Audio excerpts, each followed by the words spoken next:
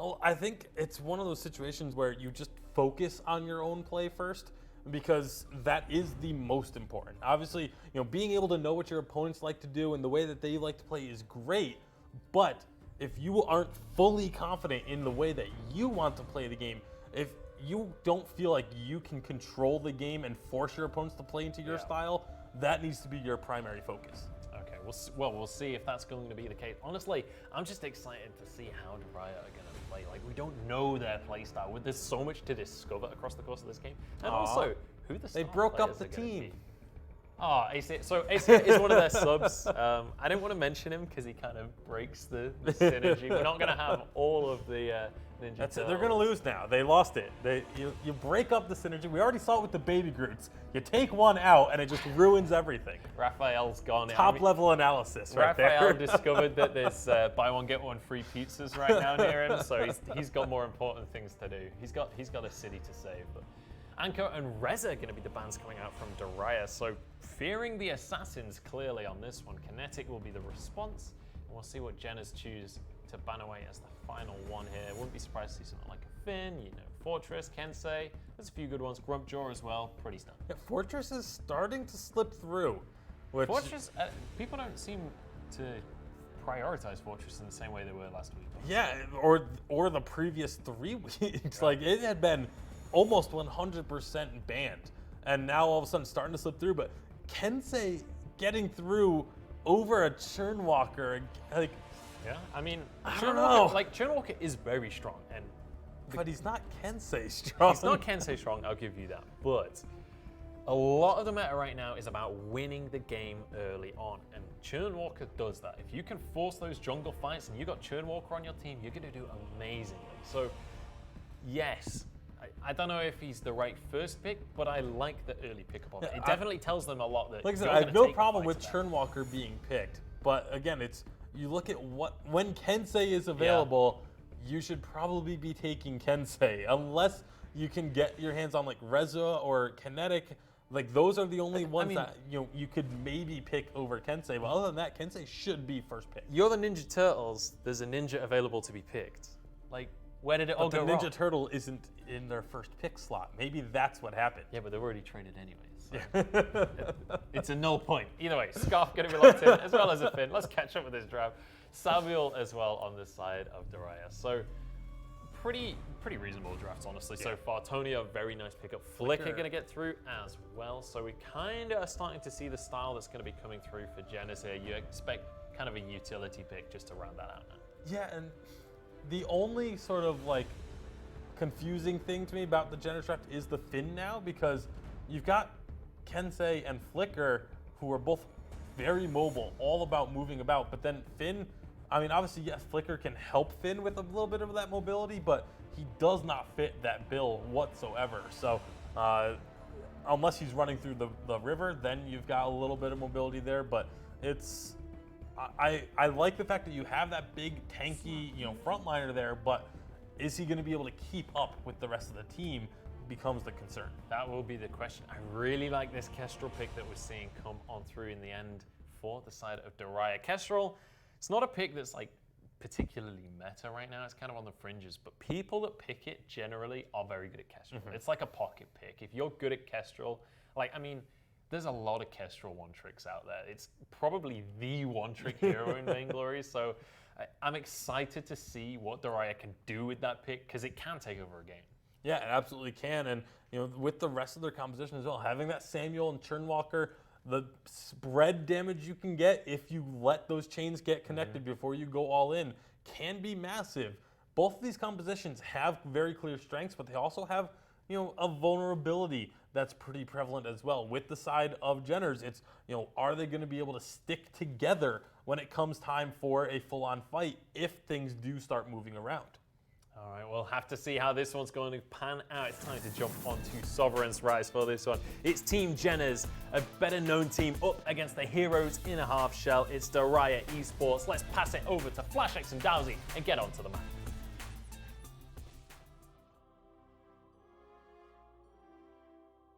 All right, game number 1, excuse me. Daraya Esports and the Jenners.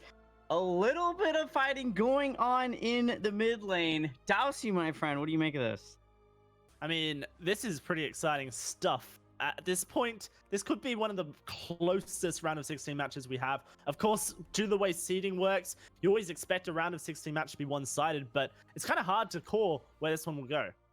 Yeah, I definitely think it can be a toss-up right here. Some great invading and counter-invading by both teams. I think that a lot of the people on the Jenners are very experienced players. They have very, very good mechanics. But I think Daraya Esports, they have the synergy. These guys have been playing together for a while. They understand the game very well at a high level. Obviously having some great early game engagements. And with this number advantage up in the top lane, they might be able to That would be capitalize. first blood. It is. Look at that. Donatello finds it. It's going to be killed. Ward heading away. I mean, these guys have not even been playing for years, but since they were young little turtles, mate. Like, and under the guise, of course, they've been able to develop into pizza hungry vainglory fanatics. At this point, though, we'll have to see if they're able to convert their love for Ninja Turtles into victories here on the Sovereign's Rise. Yeah, not really sure where Raphael is. He must be out on a mission today, but you know, that's a great first blood. The gold right about even, so not capitalizing as much as you'd really like. But these are two really strong compositions coming out of both teams. The Samuel Churnwalker duo is so strong. It can be so deadly. I mean, it's great throughout the entire game. Once you get those chains on the enemy team, Samuel is just a monster with those Malice and Verdicts, doing so much splash damage, the chains amplifying it even further. That's something that the Jenners are really going to have to watch out for. But you do have this Flicker and the Finn in this front line being extremely, extremely tanky, soaking up a lot of that damage. See a little bit of a fight in the mid lane now. Yeah, they're just roaming squad at this point. As Michelangelo trying to find his damage here. Oh, I guess Mike Angel. Kind of disappointed. Killed Ward though. I mean, he seems pretty safe as Spectacular comes in, finds a kill on this Kensei. Can they find any more is the question. Gatsby doing a lot of damage on this Scarf. Splinter looks like he may be going down shortly. We do have AC here to try and shore up the fight. Oh, that's a huge Churnwalker pull-in. 2 for 1 in that little moment. Very messy game so far, but oh my gosh, it's exciting. And this is definitely one of the most action-packed NA games we've. I absolutely love it. Gatsby, unfortunately, during that fight, ran out of energy. He wasn't able to continue dropping those Spitfires. He went with the triple crystal bit start, so he doesn't have the battery that we're so used to seeing. Definitely wishing that he had the damage output during that last engagement. It's like Leonardo looking to try and find the kill onto attached here, but Spectacular killed Ward is ready to help on out there, Finn. Maybe not. Sorry, bro. See you later. You're on your own. Definitely two very evenly matched teams. Probably the most evenly matched series we've had in all of the round of 16. I mean, we've had a lot of 2-0s, but things get spicy in the top. It doesn't end. 2 kills, 1 apiece. As they contest the healing camp, which Killed Ward would be wanting at this point. Double kill comes through from Mike Angel. I love it. These action-packed Vainglory matchups are the ones that I love.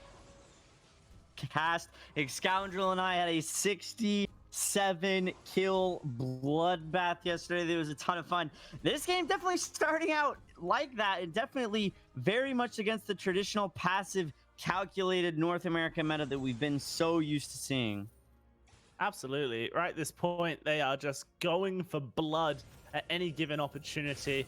You know, they're going to clear out this mid wave, try and get rid of it so that they can start moving around the map like they've been doing so far.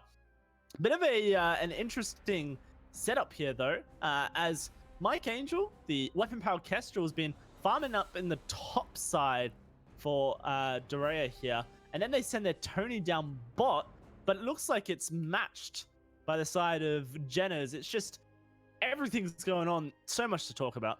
Definitely things happening on all areas of the map at all times. Leonardo on this Samuel in the mid lane, though. He already has his Spellfire complete. There's not a lot of tier 3 items online for either team yet. So if he recognizes that and he starts to press the advantage, that is something that Daraya Esports can absolutely capitalize on.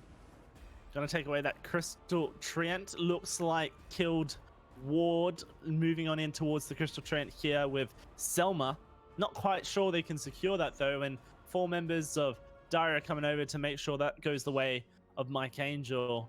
Now Daraya are gonna head over towards this weapon Treant and secure that as well, and if he's not careful, killed Ward would be losing his life. This is exactly the kind of synergy I was talking about. Rotating is 4 or 5, capitalizing on these big objectives. We have Ghostwing online now, so that could be probably Daria's next target that they're going to look for. I think Churnwalker and Samuel together are great at securing that, because if the other team does end up contesting, it is very hard to try and pressure into those 2 heroes. I'm liking this rotation. Coming out, gonna secure that weapon buff, give it over to Gaspy on the Scarf. Now, lots of damage down to this bot lane turret. Going to trade turrets across the board. Want a piece for each other.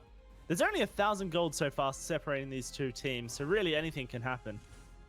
Flicker's so strong in the meta right now, but Land actually a great counter to it. Whenever he tries to that fairy dust, you just beat him away with your Githian wall, making sure that he's not able to slow out your carries. Donatello going to be playing a critical role here for his team in this game, but Mike Angel starting to scale really well on this weapon power Kestrel. Again, not a hero that we've seen too much in the meta.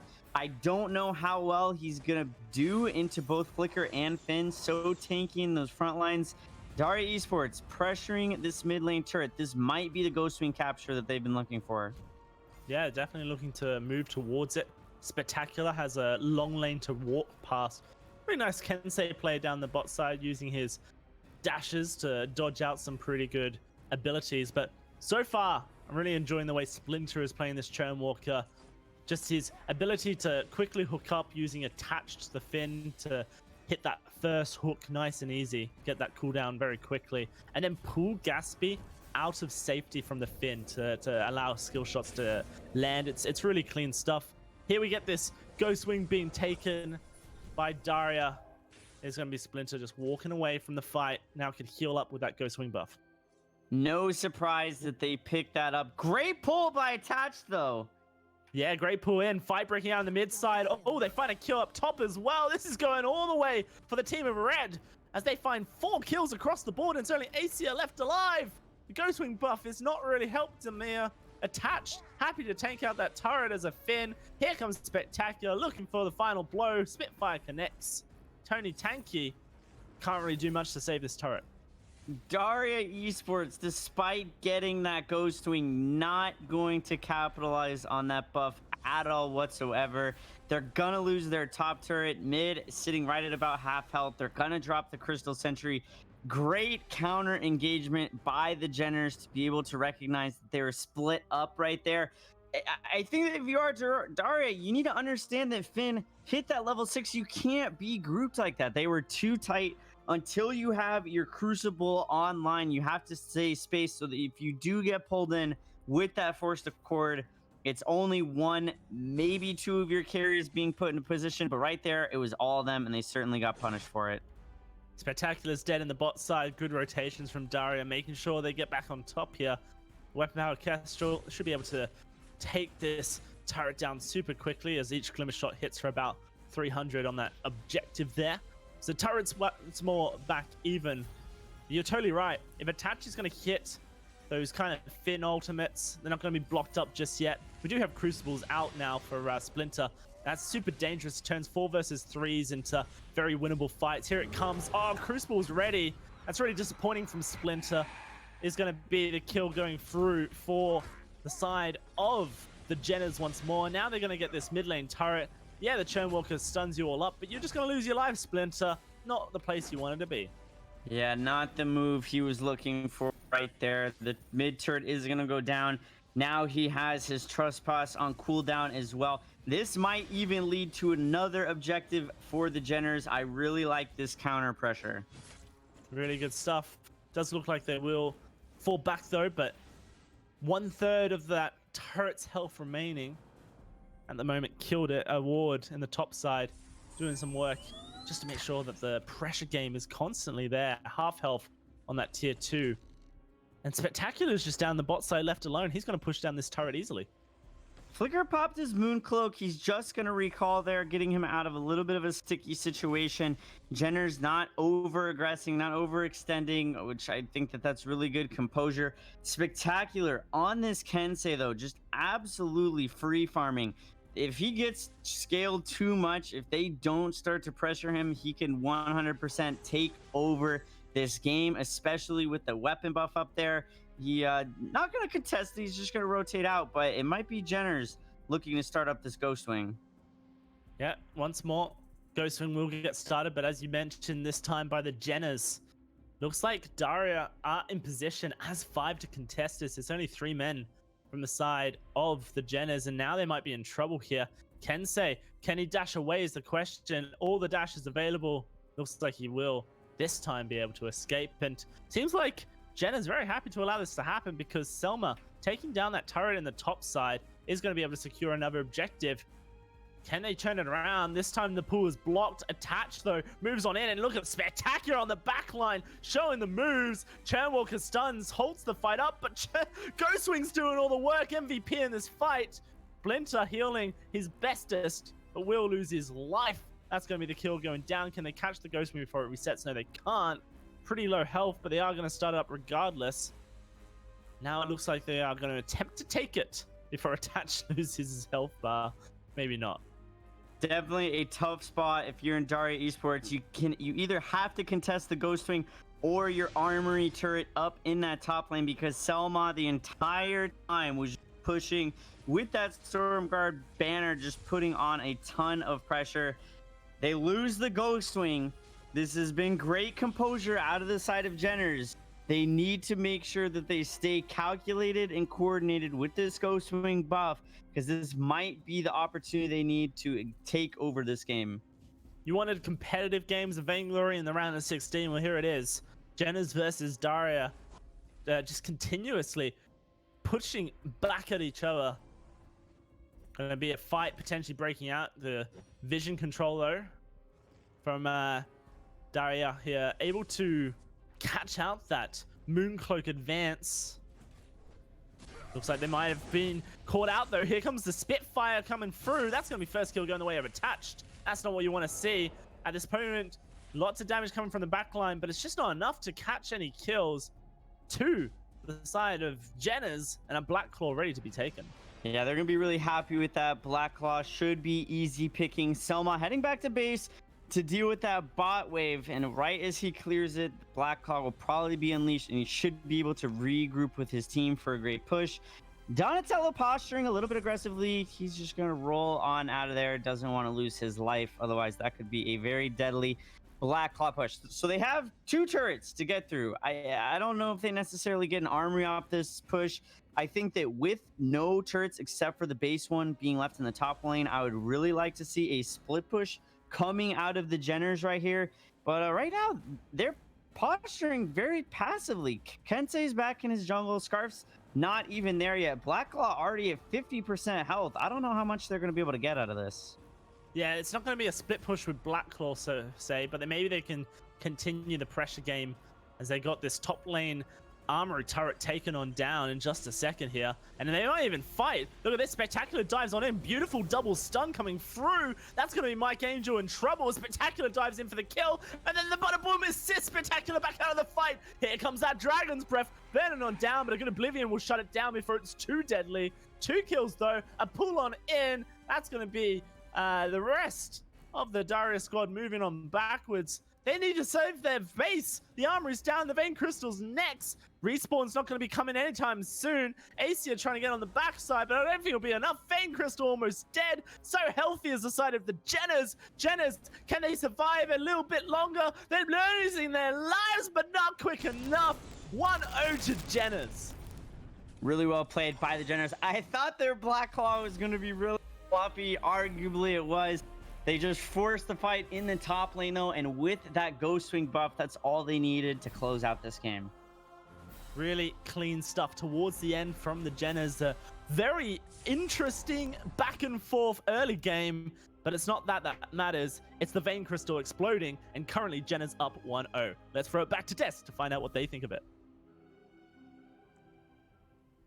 What a game coming out from Jenna's in the end. That was a close one for the first sort of 5 to 10 minutes. We had a very good fight going back and forth between these two teams. Yeah, and it was actually Jenner's coming from behind to pick up this win because Daraya had the advantage. They had the kills going for them early on, but unfortunately, they just didn't have the damage to win out in the mid game. Yeah, absolutely. We saw some awesome synergy, though, coming out between Attached and Gaspy. We Yeah. saw, I think it was like 12 minutes in, Attached It was gets really this the turnaround huge fight. fin pull, while Gaspy just stands still on the scarf and just burns everyone to a crisp. Yeah, it was before Crucible was built for anybody, so they knew that they could get that play to work.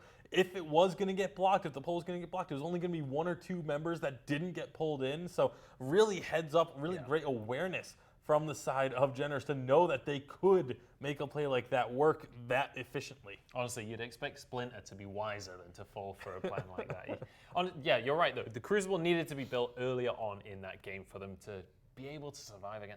Finn, if you get caught by the pull, that's a game-ending fight right there. Especially once Finn's level 8, pull into a quibble. If you don't have Crucible for that, you're losing the fight. Absolutely. Let's take a look at where we are in the tournament right now in our 16-team bracket. We are on the last round of 16 game here between Jenners and Daraya Esports. And so far, it has been one heck of a matchup. I'm excited to see if that's going to change going into game number 2. I'm hoping that Daraya can push this to 3 games, quite honestly. But also, our first full three-game set in North America. It would, but also I want to talk about the top teams right now. The guys that are already in the quarterfinals, because I'm quite confident in my power rankings right now. I've got Nova Esports right up, sitting pretty at the top. Vision proving themselves as an absolute contender. I think Vision and Nova, absolute terrifying. Tribe as well on the other side of the bracket look awesome. But Greg, you seem to have put Nova down in 3rd place. And what's going on, Greg? Can you, after the okay? games that Vision had, can you really put Nova over Vision? Yeah. I don't think I you think can. Nova had just as strong of a I performance. do not think they had anywhere near as strong a performance as Vision had. The only reason I had Vision at 2nd, keep in mind, this was coming into today. This was not after we've seen any of the games. This was coming into today. I had Vision at 2nd. I will be putting them at number 1, and not just for the zip up hoodie. I will be putting them at number 1 because, the only reason I had them at number 2 was because of the fact that we hadn't seen them play to the level of, we hadn't seen them play, and the only concern about them was would they play the same style that they played as TSM. They came in today, they played that exact same style, and they are undoubtedly the number 1 team in my opinion. Well, they're on the same side of the bracket, so the furthest both teams can go together is the semi-final. We could end up seeing that matchup play out, and then we'll really see who's correct. I'm still sticking with the guns on Nova. Tribe is the big question mark for me, honestly, though, because Tribe, we saw them in week 2, I think it was. They obviously looked incredibly good. They didn't look quite as good as Vision or Nova, though, in my opinion.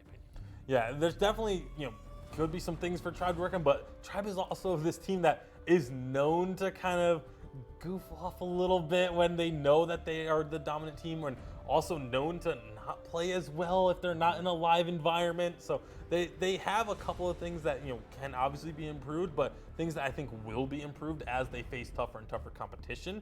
Sure. But again, it's all stuff that it's yet to be seen. For me, I need to see it to believe it at this point with Tribe. They finished 3rd in the preseason. Obviously, they won X-Scoundrels tournament, but not all of the top teams were there. So I need to see more from Tribe before I'm willing to push them up the power rank. So let's take a look at the draft that we've got going before our very eyes here. Jenners versus Daraya. This time it's Jenners on the A side, banning away Anchor and Grumpjaw. Then we have Churnwalker and Kensei banned 4th side of Daraya.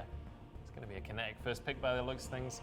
Pretty unsurprising. Daraya, though, they have an opportunity here to lock in 2 very strong captain utility picks. Maybe grab the Tony for yourself. Maybe grab something like the Finn or the Fortress. There's a lot still available. Yeah, I mean, they did have the Tony last time. Didn't really have too much effect over the course of the game, but I think Tony's. Yeah, but if you can't play it to that top level, then maybe it's something that you shouldn't be prioritizing. But they are going to grab the Flicker first and foremost, so going to have that little bit of mobility. that extra utility with the stealth and of course the ability to root opponents. Looks like they also want to go ahead and grab this Reza pick, which I think would be incredibly smart. It would be a mistake to me to let an opponent get both the kinetic and the Reza. I don't know how I didn't spot that not being banned out, honestly, and especially since it's fantastic to pick it into that kinetic as well. She's a perfect target for Reza to dive on that back lane and try and blow them up. What isn't a perfect target though is that Finn. He's every assassin's nightmare. Beefy front wall that's going to pull you away from your target. Not to mention provide fortified health to the target that you're trying to assassinate, which just makes them very difficult to take down. So Finn worked out great for them in game number 1, hoping that it will have a similar effect here in game number 2, as they are going to then take the Tony as well. So that's, again, very, very strong start to this composition for the side of Jenners. Yeah, honestly, I want to see Jenners grab the Scarf again. It worked wonders for them in Gaspy's hands in game number 1. It fits the composition nicely. I think Scarf is the absolute correct pick for Jenners. Obviously, there are other mages available, Celeste, Marlene, but I really feel like with how well it worked in game 1, if it ain't broke, don't if it ain't fixed, don't broke it. But yeah, Scarf definitely a good pick. Samuel going to be locked in for the side of Daraya though. I'm curious where they go from here. They need some weapon power, which Gwen's available. Right? Yep, Gwen's been absolutely incredible today. You also have the Baron as a potential weapon power pick if you want to. Yeah, true. But they do get that Lance because they did need some of that frontline strength. I think that you probably could have saved the Lance because not likely that Lance is going to get picked up when you already have Finn and Tony on the other side. But you never know. We have seen these triple captain and type compositions come through, but it does now give the opportunity for the side of Jenners to say, you know what, if we think they're going to take the Gwen, what do we think we can take to deal with it? They are going to go ahead and grab that fortress, so getting that mobility is definitely a priority for them. Yeah, a really good way to engage those fights as well, and the rest of the team just needs to follow up on that at that stage. And also, one thing that Fortress I feel like isn't often credited for, but it's one of his real strengths, is if a fight goes on a long time and the enemy team decides to try and back away, it's incredibly difficult to escape a fight that Fortress is involved in. Vox is going to be the last lock-in for the side of Daraya, so good scaling damage coming out. I actually quite like this composition from Daraya. Honestly, both teams, I think, have good compositions right here. I actually feel like Daraya maybe have a slight edge here. I really like the Flicker pick. I like the fact that they have this hard engaged Lance to protect the rest of the team as well. But I'm curious to see how well they're going to be able to execute it. Because after we got past the very early game, once we got towards the mid game, it felt like Jenners kind of just took control of everything, and there wasn't much Daraya could do about it. Yeah, Daraya does have a very strong composition, but so does Jenners. And Jenners' composition is just, you talk about how are they going to be able to execute. The Jenners composition is just easier to execute. Like their parts come together much quicker and with much less complication. You don't need as much coordination to land a Finn hook into a Dragon's Breath. Like you don't need to have like this immense level of communication skill to pull that one you're off. Absolutely right. We'll see if they pulled it off in game number 1. Let's see if they can pull this into a 2-0. Shredder is going to be watching closely to see if he can get some turtle soup for dinner. It's time to pass it over to our casters. Alrighty, heading into game 2 of this series now. Jenners up 1-0, looking like they might potentially be the lowest seed, the team to make it through to the quarterfinals. They might be the lowest team, but they are certainly very well qualified to do so. These players, their mechanics at a very high level. I would not be surprised at all to see them take this series 2-0. I really like their draft. Fortress, once he gets that attack of the pack online, so strong at body blocking against that Samuel. And then, of course, you have the Tony, you have the Finn frontlining a lot of those Malice and... So far, I've been really impressed with the early game rotations coming out of Daraya here. Once more, they're going to secure pretty much everything in the jungle that they want to. And it looks like Selma may just be caught out here. Not going to get any assistance. Just going to have to walk his way to his inevitable death in just a bit. Potentially, he buys some time or slows down. But it doesn't look like that's going to be the case. In fact, popping the flask. Has he done it? Selma the Greater... No, okay. All right. All right. It's all good. It was close. It was close. Very close.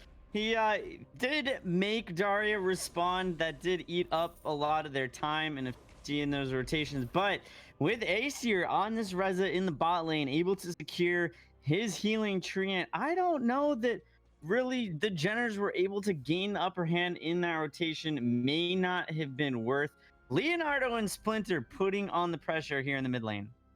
Yeah, certainly are. We'll have to see how this one does play out. The Samuel didn't look super threatening in game one, but that potentially was just due to the fact that Jenners were able to mount a pretty big comeback through their premier play. Attached to Finn looked so good, really well timed. Splinter just missing a couple of crucible timings as well, which kind of hurts a lot when you're up against a Finn. Absolutely. In this 3.6 meta, being tanky is the name of the game. And you have these mages in the backline just outputting so much damage. It's very, very hard to deal with. I still think Samuel is one of those powerhouse laners, one of the strongest, if not the strongest hero in the mid lane, particularly because of how strong he is in the early game. But he needs to use that strength to his advantage. And if he's not able to get aggressive and create a lead in the early game, it is very, very hard going up against a lot of these frontlining heroes. Here we see this invade now coming through from the side of the Jenners, trying to get this Crystal Treant, trying to stop Leonardo from being able to use this Drifting Dark effectively. Lots of damage put out, but the Crystal Treant will be secured by Kill Edward going forward, looking for more, trying to find the fight, but may have just bit off more than he can chew. Has to pop the flask, and now attached, slowest member, boots away, leaving Spectacular on the front line. I'm not sure that's where Spectacular wanted to be. And that's going to be Asia coming through and picking up that kill of an auto attack. Our Daraya Esports having to feel really good at that kill, extending that lead up to 2-0. The gold, though, is still even. That's the biggest thing in this series is the Jenners, despite going down early, they're not giving up a gold lead, or at least not one that's significant. This is a really nice little rotation, though, from Daraya, noticing that there's nothing that Jenners can do to protect their red side jungle. Will move on in and take away that weapon treant for themselves. Now just securing their own on the other side here. Selma, though, in a 1v2 says, nah, mate, I'm going to take down the Vox. Now he just has to try and escape from this Samuel, though every auto attack that Leonardo puts out slows down this Tony. Here's the boots pop, trying to escape Splinter, who wants to try and find the impale for his own. I think he should be able to escape here, but potentially the river buff gets him in position. Lively little sidestep, but the Giffian wall knocks him against the wall. Flask pop at the last minute. That's the ultimate BM there, right, Flash? You make someone chase you across the map, and then you just pop Flask at the end of it all. Selma is doing this so well, too. The Daraya Esports are spending so much time chasing him, and they did secure the kill the first time, but it's a lot of time, a lot of resources spent towards trying to find the kill. And I think that's the biggest reason why Jenners have been able to keep this gold deficit so small, despite giving up these early game kills. They're just impacting the map in other ways, just being a little bit more efficient. And that's something that Daraya Esports don't recognize very soon can hurt them going into this mid stage of the game. I mean, we've all seen the meme of the car flying off the highway at a stop that's probably a little bit counterproductive. I mean, in Vainglory, it's classic when your teammates just chase kills, not objectives. It seems to be the case here because look at that. Bot lane turret secure. There was no one to stop the pressure game of that turret being taken. Spectacular on this Kinetic's just going to get so strong in the late game. And if you don't stop the snowball now, then it's not going to get stopped.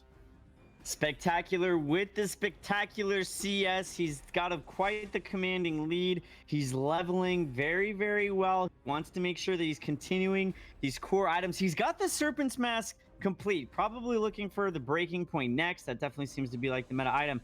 Flicker, though, one of the breakout heroes in this 3.6 meta. Something that they're going to have to be very careful of. Yeah, Attached comes in, but the weapon treant stolen. Leonardo finds a really good angle to find some damage here, but this Dragon's Breath will push everyone back. It's not really doing much work other than threatening at this point. Another good rotation coming out of Daraya, able to steal away once more another red buff, but they do lose Ace here on the backline, and potentially if Selma has anything to say about it, more people to come. Gaspy, level 6. Trying to find the damage with the Spitfire goops. Oh, it's a great taunt backwards. There's the goop put down, slowing everyone down. Spitfire's landing, but the Oblivion on the back line. Holy moly, it's huge. 2 kills for Donatello. Leonardo. Oh, everyone's here as Michelangelo gets involved. There's the triple kill for Leonardo in the end of it all. 4 kills off the back of a fantastic Oblivion, and there's the 5th. Lovely stuff. Great stuff out of Daraya. They kept their composure. Things looked a little grim at the start of the team fight. They turned it around. They need to try and translate these kills into meaningful objectives, though. Picking up this tier 1 turret in the mid lane was going to open up the map quite a bit more for them.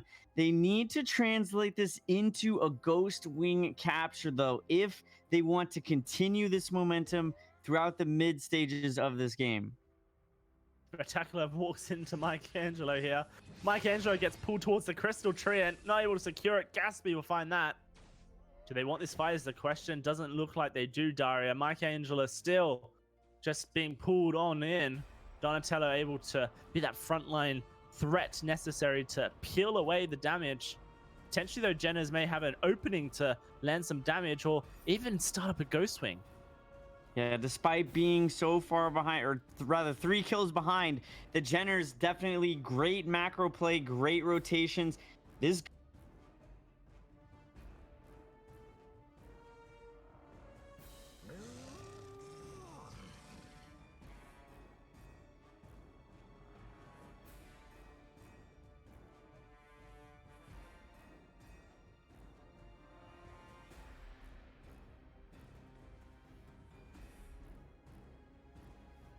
damage, the turret potential. Oh, that damage onto Leonardo. He's dead. Easy stuff comes through. That's going to be the kill going over to Spectacular. Bada bim, bada boom. Splitter dead for the double. Donatello, he runs away trying to keep himself alive. Turret not long for the world. Taunt pulls everyone back forward. And it doesn't look like Daria want to stick in here. There's already pull, Finn, 2, easy peasy lemon squeezy, and we'll have some more pulleys. Jenners pick up 1 more. Fountain keeps everyone healthy and alive. And with Donatello not really alive, with Acia low, that's going to be another turret falling. Leonardo turns too late. And that's going to be all the kills going over towards the side of Jenners. They should be able to get out safely. huge kudos to the Jenners. Kind of a bit of a sloppy early game. They kept their composure, though. Such a huge testament to players at this level. Definitely a critical asset to being successful against a lot of these teams is keeping your composure. They didn't get shook up. They continue to communicate. They played the Ghost Wing incredibly well and picking up 2 turrets in the mid lane. They have just swung the gold favor in their advantage. 3,000. That's exactly what they needed. Spectacular in trouble, though. Yeah, I mean, there's not much to say. I don't think the Kinetic's that fed yet.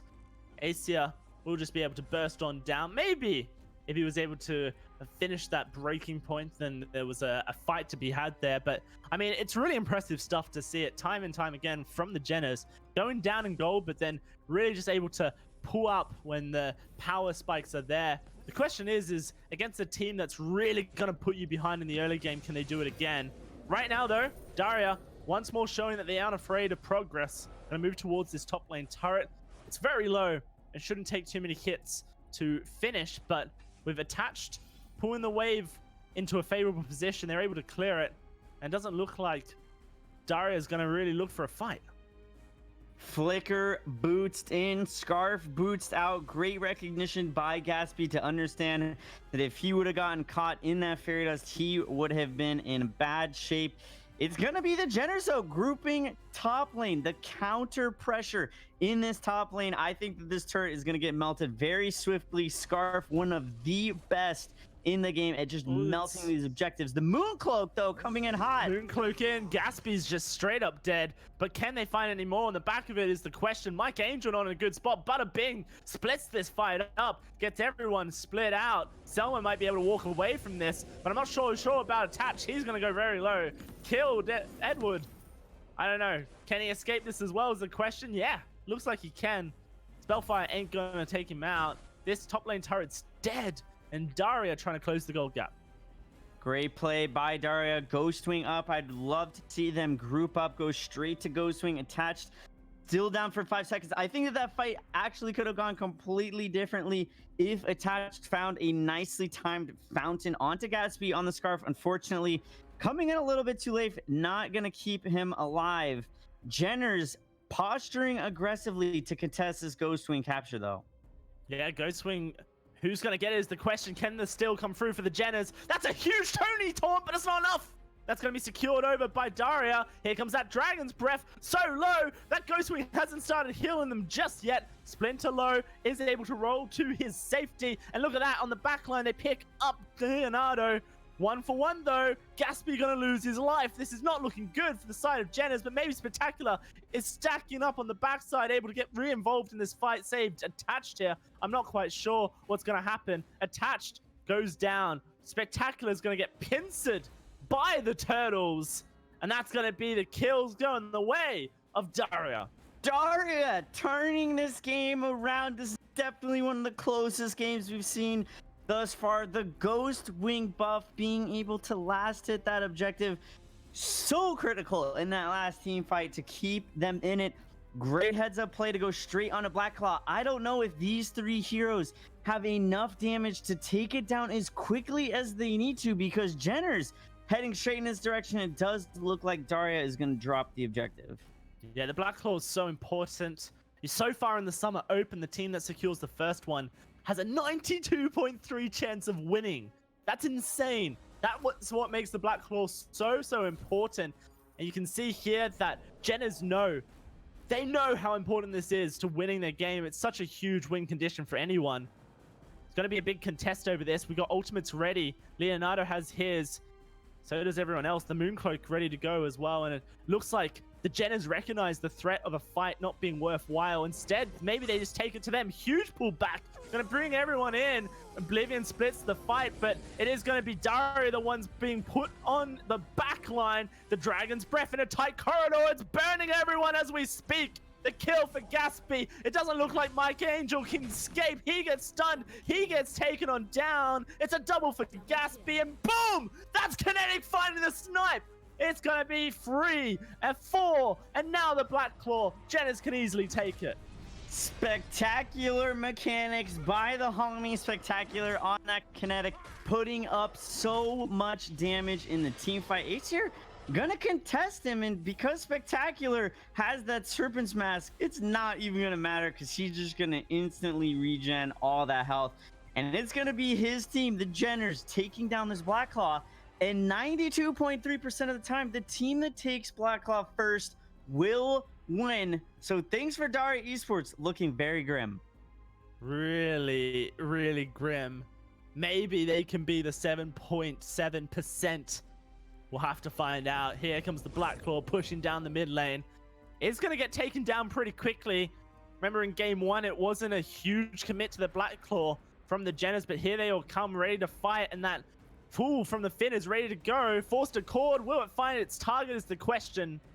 Armory turret has fallen. Selma! The butter pump splits up everyone! Mike Angel's dead! That's gonna be ACM running for his life. Dragon's Breath onto Leonardo. Not long for this world, you'd think. Double kill comes through for the Scarf, and that's all she wrote. Vein Crystal's in trouble as Splinter does his best. Donatello's locked up and dead, and all right, and so will this Lance as well. Vein Crystal turret not to stand much longer. That's all she wrote as Jenners 2-0.